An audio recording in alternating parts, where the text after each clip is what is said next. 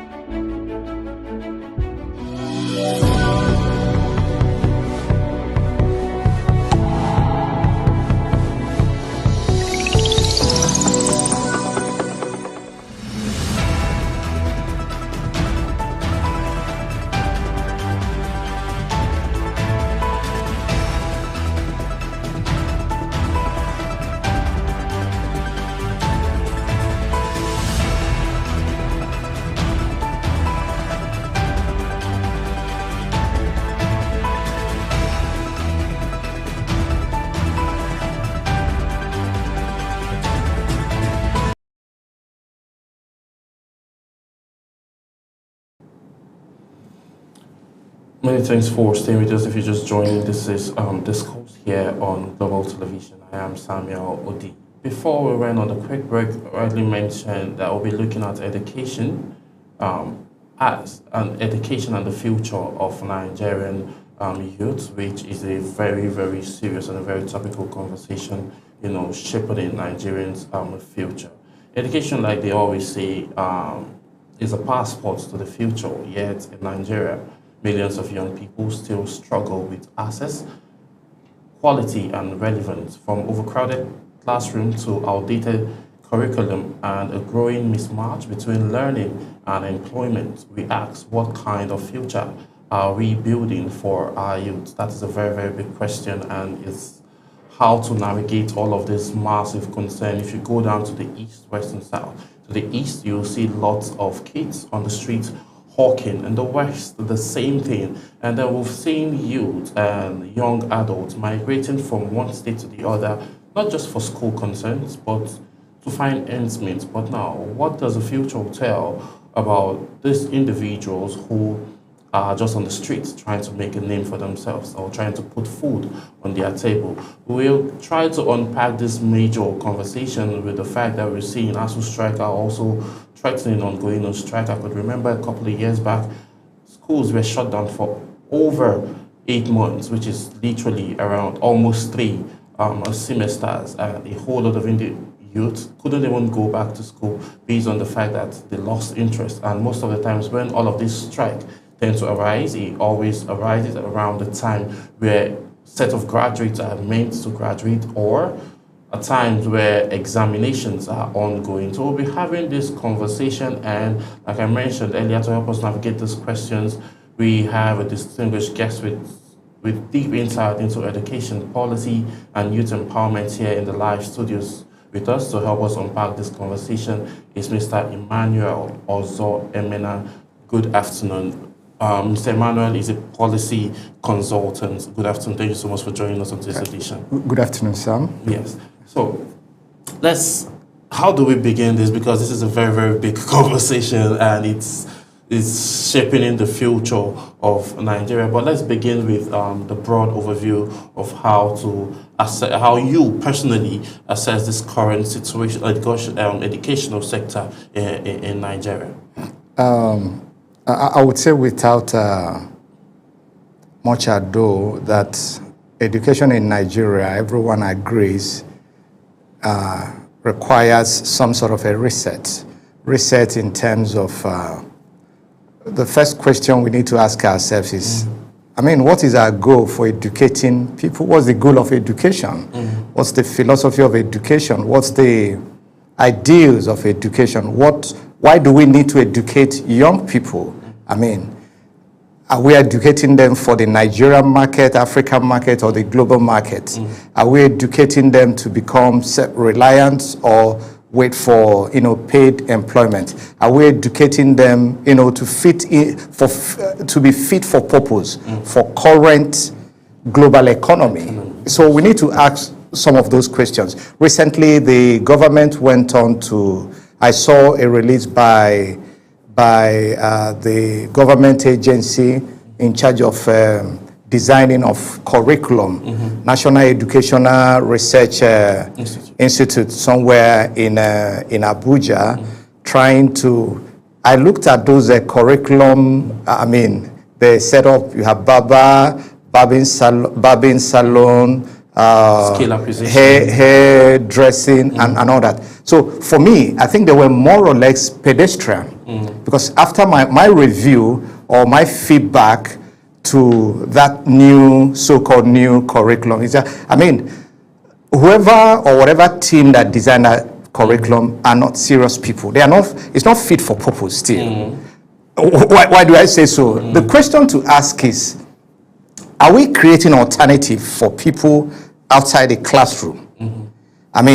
Take for instance, at the moment we have over 20 million young people out of school system. So what are we doing about them? So the entire curriculum, new curriculum that has been celebrated, I looked at it, it lacks drive, it lacks purpose, it's not fit for purpose. That's what I would say. One. Then secondly, what type of policies do government design for young people? I have seen half of what government does from time to time, including the people in National Assembly, is simply what they call empowerment. That isn't how to develop young people. That's not sustainable, and that's not how to develop an economy. I mean, so it's more of a handout system. And that handout system, because for the people who are in government, National Assembly, governors and whatever, they are looking at perhaps visibility. They want to create optics, but it's not sustainable. What should we be thinking about? I mean, the entire system, if you ask me, the educational system needs a reset. Take, for instance, JAMB was set up in 1978. As at the time JAMB was set up, we had less than 20 universities. I mean, 13 between first generation university and second generation university. We had 13 universities. Now, by 1980, between 1980 and 1983, some state governments, especially in the South, set up what you call state-owned universities. Yes. And that increased that number. As at today, while we speak, between colleges of education, polytechnics, monotechnics, and the universities, is over 1,000. I think about 1,650 or thereabout. Yes. That's about that number. And you still have a matriculation board. My question is that what does that matriculation board do? They have no job. Because initially, the idea was University of Ibadan, University of Ife, Lagos, Ahmadu Bello University, University of Nigeria, and Nsukka were all conducting their own entrance exams. So they now felt, okay, why don't we unify the matriculation because the access was not there. You had more people that applies for admission and less gets because of access. I mean, every year, if you check the number of people who sit for JAMB and the number of people who are admitted, it's not more than 10%. 10%, yes. So it means 90% stays for another year. And another set will come and join them. So the number keep increasing. So I think it's only a country that is not serious that will keep such a system. Because now, most of the private universities, some of them get 6 applications at the first instance. So why don't we take out this matriculation bottleneck? As far as I'm concerned, it's a bottleneck you need to take off the system. Free the system. People can have access. So for people to have access, here in Nigeria, I mean, universities come from UK, come from the United States and all that to recruit students. Students, yeah, workshops. No. Promote their brand, asking you to come. We are a global university, we are this. And people, at that point, the moment they go through your prerequisites, I mean, the prerequisite qualification for admission, you are given an admission. Yes. And here, a Nigerian child will wait for 4 years, 5 years, and we think we are building a future of the youth, and we are thinking we can sustain interest in education. For me, it's anachronistic. It should be thrown overboard. Somebody is saying, oh, how do we maintain quality? There's a quality assurance department in Federal Ministry of Education. There's a quality assurance department out there in National Universities Commission who can ensure that every university in Nigeria, their basic qualification, basic whatever you must meet. And that's all. So our problem is that we are fond of creating bureaucratic bottleneck in the name of commissions, in the name of boards and water agencies. And that has a way of impacting on the system. A child who graduates, say at 16, and have to write JAMB for 4 years, By the time he gets admission, he's 20. He's 20. And it could also be, there's a possibility by the time that admission comes, the father would have retired. And if the father was in job, he would have funded the education. So long as a child has the basic qualification, prerequisite, should be given admission.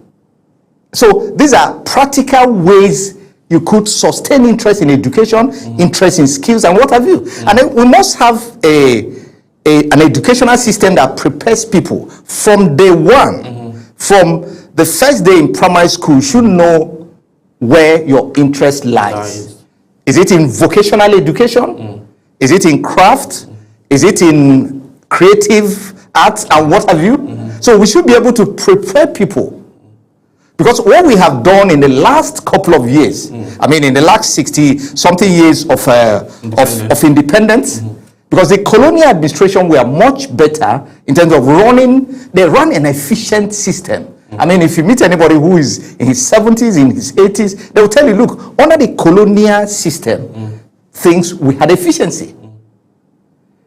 I mean, so if you meet them, they are likely going to reminiscence about the past. And talk about free education as well. Quite a lot of things out there. I mean, free education in northern Nigeria, northern region, there was free education. In western region, but in the east, there was no free education. But then, the people, because free education in the east, I think sometime in 1945 to 46, they practiced it, but they couldn't sustain it.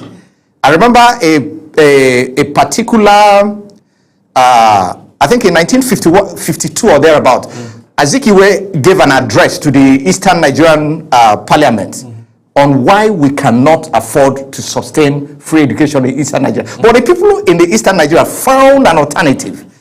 Each village created a scholarship scheme. They sent their people to United Kingdom, the United States, Poland, everywhere in the world to get education. I mean, the community will raise money. Every community had a scholarship board. And they were efficient. And people went across the globe and got the best of education. So what I'm saying essentially is this. Look, if the government is serious about resetting youth development, resetting education in Nigeria, resetting the future, all they need to do is to go back, look, reset this sector, youth sector, employment and skills sector, as well as the education sector. But as it is now, it can't deliver nothing. Okay, looking at the curriculum that was just, that was reformed and introduced, and you talked about skill acquisition, that's talking about barbing hair salon being introduced into the curriculum. Don't you think it's an avenue for students to be industrious, even while they are... No, these are skills people pick on the street. I mean, I'm sure you have a barber. Yes, I have a barber. Who obviously will be a graduate. He picked it on the street. Skills are picked on the street.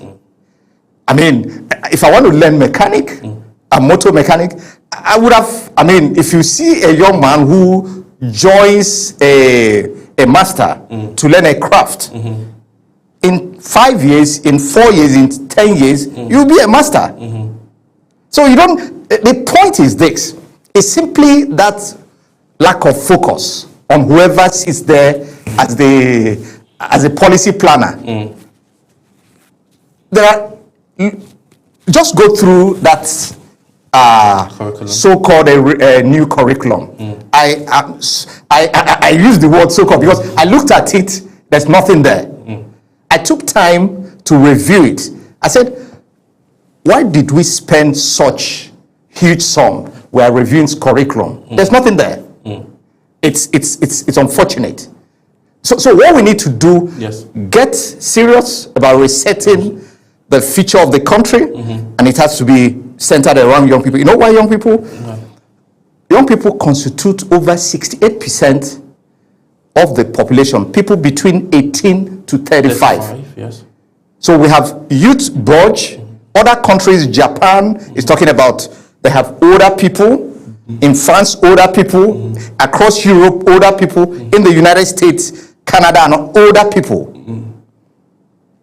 But Africa has got young people, and in Africa you have Nigeria with 233 million people. and 68% are young people. It means you have a whole lot of future resource. But how are we treating them? We have 20 million of them who are out of school children, and nobody pays attention. Politicians are doing politics. Nobody pays attention. So what are we doing about them? How do we take them off the street creatively? How do we set them up for a better future? Okay, let's look at this other angle. You're talking about young people being paid attention to, but do you think the young individuals are also creating avenues for themselves to be, paid attention to in terms of, acquiring all these digital and innovational skills that would help them, have a more sustainable future in terms of pushing career-wise? Okay, let me give you an example. I had, some years ago, I had a boss who is British. He told me, look, all I needed to do, because I have got British passport, is to go to any school and get registered. I mean, in terms of, if it's public schools, basic... here in Nigeria or abroad? No, he was my boss here. We worked here. Okay. I worked for an international organization. So he was my boss, direct boss, line manager. So what does the educational scholarship student loans board do in Britain? You walk up there, take up this loan, you have 25 years to pay back.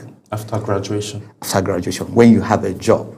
That's when it starts counting. Okay. Look at student loan fund for Nigeria.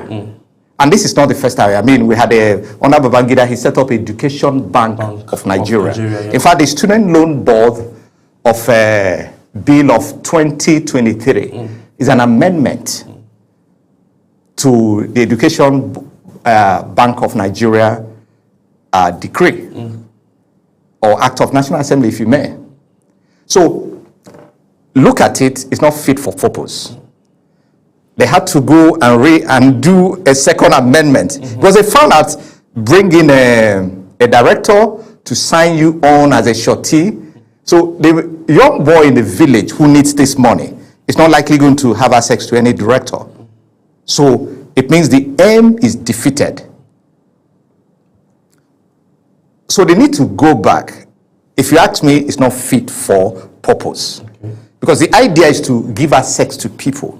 It should be such a country where anybody who is interested in going to school should have access, whether it's for first degree, a diploma program, a postgraduate program, whatever it is, because that's the way it's done elsewhere. I had another colleague, an American, who told me it was while she worked in Nigeria, she was able to pay back the loan she took for her master's degree.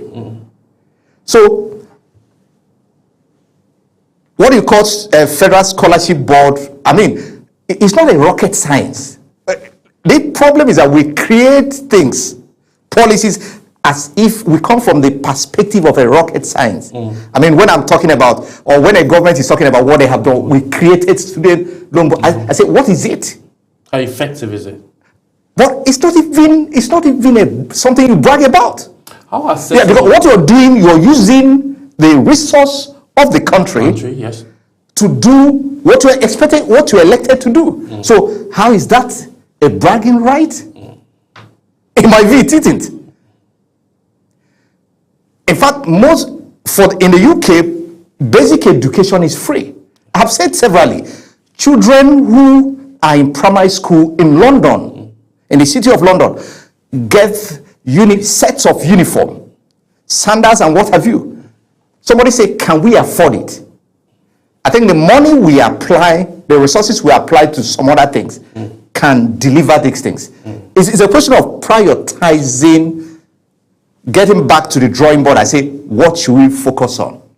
Okay, if you do a road project and you spend more than 100% of the cost of that to do commissioning ceremony, can't we stop commissioning ceremony? Move in every fund you use for inauguration ceremony of projects into productive sector. Move it into education. young people who are interested in, assuming those who have graduated, who are interested in setting up fish farm, how much of assets? Can I set in a business proposition, go to a bank and say, look, this is my business proposal. The bank will look at it and say, we won't give you. They are going to ask for impossible guarantors, yes. that do not exist. I mean, most times they will ask you to go and get your great-great-grandfather. So what we need to do is to go back and reset. Okay, talking about reset now, how can let's still dwell a little bit more around the loan and now for now. How accessible do you think this loan is and the payment structure for students who are looking to take it or that have taken it? How accessible do you think the loan is for students? No, from what is on now, I mean, you get an institution, they pay to an institution. So assuming they pay to an institution and, for instance, ASUU goes on strike, what happens? Like the conversation we had. Do you understand? Yes. So the point is simply this. Perhaps we may need to undertake a study. Go to the US, go to the UK, go to Germany. There are quite a lot of very successful models across the world we can learn from. But what I have found out here, we hardly go to those places. Or when we go to those places, issues like we're going to look for other things, not for to learn from their successes. Okay. You know, you're someone who has traveled wide and also you've worked closely with grassroots and all. But how do you think with the youth in grassroots, what do you think are those major challenges that those in the rural communities face in terms of, you know, having accessible education, because the growth of every economy starts obviously from the grassroots? Okay, one thing that has happened in the last 30 years is the death of public schools. Okay. There seems to have been an attempt at killing the public schools. And then people who have held several positions at one time or the other are setting up their own private schools. These individuals are actually products of public schools. I mean, that's the truth. So what to do is this. Can we revamp the public schools? I'm not saying people shouldn't go to private schools, yes. But public schools should be standardized in such a way that if one goes to a public school, he turns out just like any other person who has attended a private school. That's using the same. There should be increased investment in public schools. If you take a run, even in Abuja here now, I'm sure you're going to see a lot of public schools where children sit on the floor. It's a very common incident. Some years ago, over 10 years ago, my son, they took them on an excursion to a public school. Yeah. He came back and told me, Daddy, you mean people sit in that class? Because his own class has an air condition. So he wonders how people there can learn. So it simply means we need to look at what is the state of our public schools. We need to bring them back to standard. We need to ensure that infrastructures there, are equal to the infrastructure you have in private schools, set up most often by politicians and their family members. The point is that in most countries of the world, including Europe, public schools are the major platform for training citizens. So we need to revamp the public schools, whether it's at the primary school level or secondary school level or at the university level. Okay, let's look at, you've been talking about curriculum, and you totally say the new curriculum now is totally, not purpose-driven. So looking at it now from those angles now, let's talk about modern skills and why Nigeria is finding it difficult to align its curriculum with international, or would I say innovational standards, bringing it up to innovational standard in the sense of teaching more of tech based on the fact that the world is revolving now, and then it's tilting towards technology instead of, providing skill acquisitions that one can just pick from the streets, like you mentioned? I think the key thing is, first, what we call educational institutions in Nigeria operates like they operate in isolation. They are not connected to the industry. Take, for instance, take a trip to a faculty of agriculture in a university. Ask them, where can I buy fertilizer? Within the locality. Within this town. Let's look at, say, Michael Opera College, University of Agriculture, yes. in Umuahia, in Umudike. Ask them, go there to the faculty of agriculture. Ask them, where can I buy fertilizer in that city? They don't know. Where can I buy tractor? Who is a tractor service provider? They have no idea. So there's a disconnect between the educational system, the people who run it, and the industry. There needs to be a synergy. Because if there's a synergy, that individual who is a professor of agriculture, a professor of agricultural engineering, should know where I can get tractor services in Umuahia or in the state.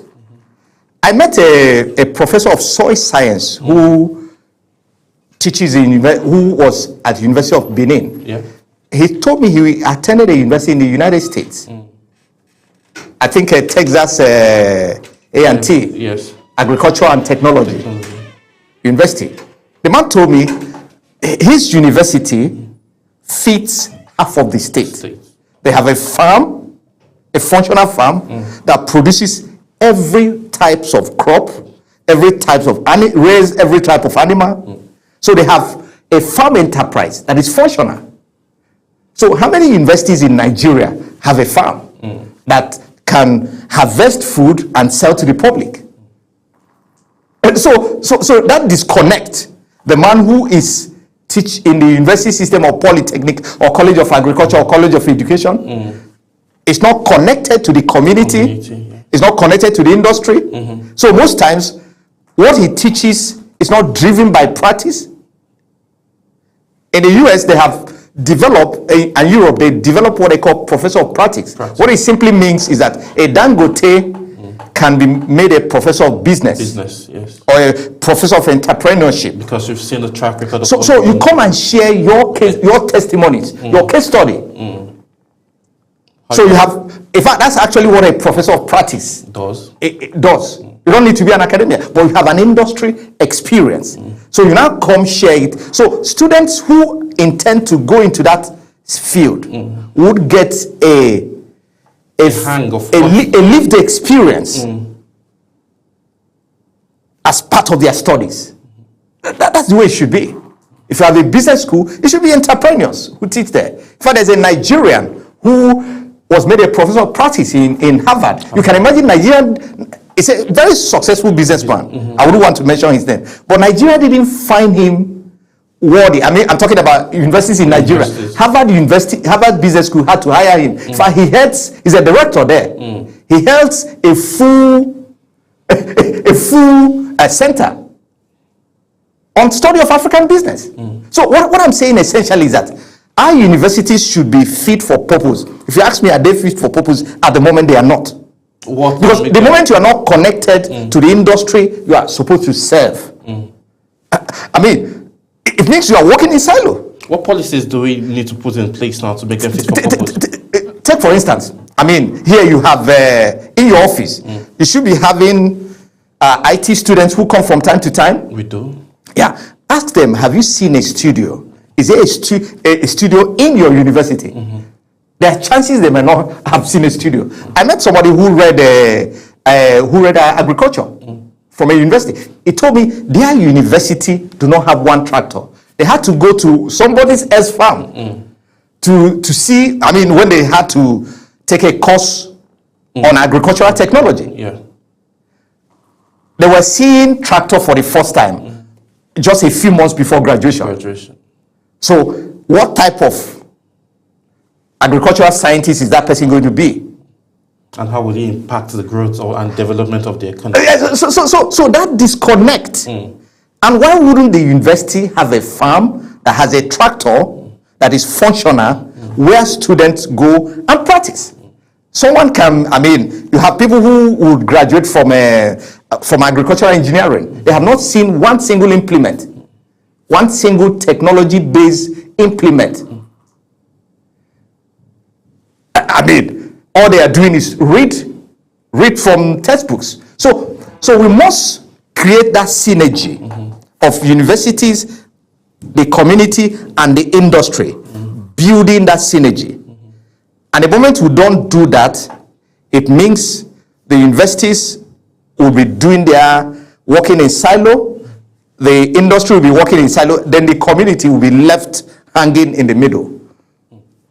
Well, we'll still continue this conversation briefly after this breakdown. We'll look at the new era, artificial intelligence and robotics. If these digital skills should be taught from the primary school level. Stay with us, discuss with us immediately after this break.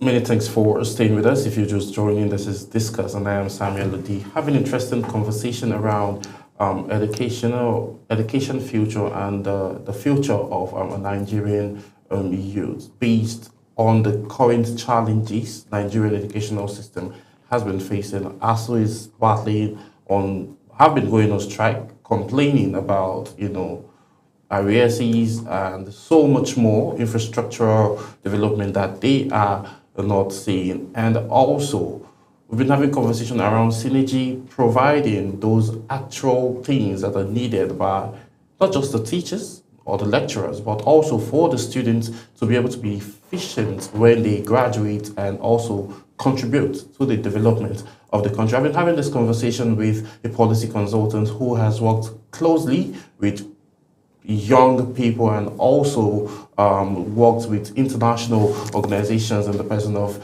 Mr. Emmanuel Ozemena. Thank you for still being here with us. Yes, thank you, Sam. Yeah, so looking at this great conversation now and how the world is tilting towards technology, artificial intelligence and robotics, as well as digital innovation, that's obviously the future. That's the future that will be driving ideas this period now, not just certificates. That's talking about skills.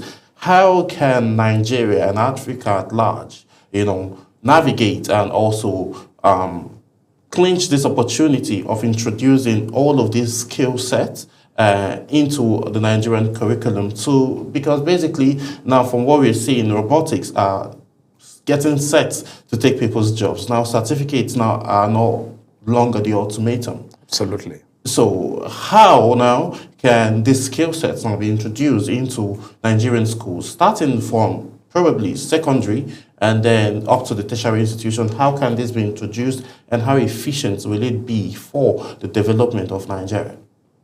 No, I think we need to have a clear intention. Mm-hmm. We need to be intentional about developing skill development. Mm-hmm. Intentional in terms of somewhere in Yaba, Lagos, Nigeria, there's a co-creation hub. The current minister of communication, incidentally, is a co-founder of Co-Creation Hub. If you go there, you're going to see young people who want to learn, who wants to innovate, working within that ecosystem. Yes. And several of them have gone on to develop a lot of apps that were sold for billions of naira. You have Silicon Valley there in California, in the United States. And it's such a huge industry. In fact, California's wealth comes from, apart from the creative industry, the Silicon Valley plays a lot of role in the economy of the state. Now, the question to ask is, are we intentional about it? Out there, here in Abuja, we have got Abuja Technology Village. I think inaugurated sometime in 2004, 2005. So today is over 20 years. There's nothing there. So it simply shows a country that's not intentional. In India have two Silicon Valley model in two different states. And they were set up in less than 10 years. For one took off in 5 years. I did a study a while ago on the Indian diaspora. I was trying to look at Indian diaspora and the African diaspora. What is the difference? Here we talk about people japa and we try to demonize them. What India did was, look, our people have traveled, they japa. So how do we create that synergy? So today, within the tech industry, India controls over 45% of the human resource. And 60 to 70% of that human resource are in India. But they are working for global companies in India. And why is this possible? Because you've got the Indian diaspora who have built such a huge influence within the ICT industry, within the tech industry, who now provides some sort of opportunities for their people. I think sometime in 2014, my laptop was bad, so I had one of the companies, their app was the operating system. So I gave a call to them, and someone assisted me to repair the system. So I asked her, are you sitting in Washington? Because I thought that's where Microsoft office is. He said, no, I'm in Seoul, Korea. But she sat there, earned money, provided a service for an American company. So you can see the globalized nature of work, because the work system is changing clearly. So you don't need to relocate to the US or relocate to Canada or to relocate to the UK or to relocate to Kenya, South Africa to be able to offer service. Service is digitalized. Experience is global and opportunities are globalized. So when would the Abuja Technology Village take off? What are the drawbacks to the Abuja Technology Village? Because I use the Abuja Technology Village as as a case study of how we are unable to connect the Nigerian diaspora, the policies of government, and drive technology. As far as I'm concerned today, and I'm sure most Nigerians will agree, for you to have run such an initiative for that number of years, and you're able to take off, it simply shows lack of commitment. So that's one. And then at the state level, where you have the real Nigerians living, what are the government doing? Most of the times what you see are tokenism. Tokenism, we're going to do a skill acquisition workshop for 1 week, and everybody will clap. And then even the participants, you do not seek out people who are interested in taking a part in that. Now, let's look at how did America do it? what you call Google, a tech company, the American tech company today, was two students in Stanford University, yeah. who sat down. They were doing a paper, 10 paper, on search engine, and realizes that it's difficult to find an efficient search engine. And they now decided to set up a company. And there was funding available. Yes. Banks are there, whether it's Microsoft, whether it's... Think about the American tech ecosystem. Yes. They had funding, they had support. And that's what has driven it. If you look at the richest people, Forbes rich people list, the first 10 are all tech tycoons. That's where the money is. So, does the government have a particular idea on how to create this, how to, you could say, disseminate information on tech, unleash opportunities on young people or for young people, wherever they are? I mean, somebody doesn't even need to relocate from Umuahia, from Kaura Namuda, or from Kankara in Katsina, or from Ijebu-Ode, to Lagos, or from Umunede in that, to Lagos to be able to function. Because these are digital jobs. So how are the Nigerian youth prepared to play in a digital space at a global level? Well, we're not even looking at what are the opportunities locally. Yes. So it means that government needs to invest on big data. They need to invest on digital infrastructure as an enabler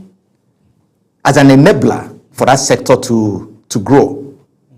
If you travel to anywhere in Europe and the Americas, at the airport, you're going to find free Wi-Fi. So can we create an optic fiber somewhere in Kankara, somewhere at Umunede, somewhere at Onichubo, somewhere at Ede, so that young people who are interested in tech could leverage the opportunities in tech. So we need to think outside the box. Yes. But my thinking at the moment, if you look at what they design as empowerment, they are not sustainable. Just hit and run for 1 week. So we must find a way where even the Nigerian tech-based companies should take young people, even if it's on apprenticeship or whatever it is. So the challenge in Nigeria, whether it's access to education, access to knowledge, access to technology, it's all unleashing opportunities. Perhaps I think the elites most often will reflect and say, no, we need to keep these opportunities for ourselves and our families. But that's not how growth thinks. Development should think, look, how do we unleash boundless opportunities for our people? And unleashing boundless opportunity for our people is actually going to be the way to go, based on the fact that we're seeing a whole lot of innovations happening globally. Well, in your final words now, what keywords do you have for a young Nigerian who is hungry to be educated, and also what policy do you have for, or would you propose for the government to, look into for a proper reform in our educational sector as we wrap up? So the key thing is that we need to rethink the current education student loan system. For me, it's not fit for purpose currently to deliver anything. It's not sustainable. So we need to go back again, look at that bill and say, look, we need to create a bill that ensures every Nigerian child, no matter the circumstances of their birth, should have access to this scholarship and get educated. Because if you provide funds for people to acquire knowledge, sky is the limit. There's a particular American statesman who said, look, he said, take your money, buy knowledge, stuff your head, nobody can steal it. Because it stays with you for as long as you live. Yes, it obviously will stay with you for as much as you live. Thank you very much, Mr. Emmanuel Ozemena, for taking our time to join us on Discuss today. My pleasure. Yeah, from our conversation, obviously, today, it's clear that education is not just a policy issue, it's a national survival strategy. The classrooms we build today determine the kind of leaders, innovators, and citizens we will have tomorrow. We must re-image our educational sector not as a privilege, but as a promise, one that equips every Nigerian youth to think, to create, and as well to lead. I want to say thank you so much for joining us on today's edition of Discuss. I am Samuel D. I'll see you again as we discuss further. Bye for now.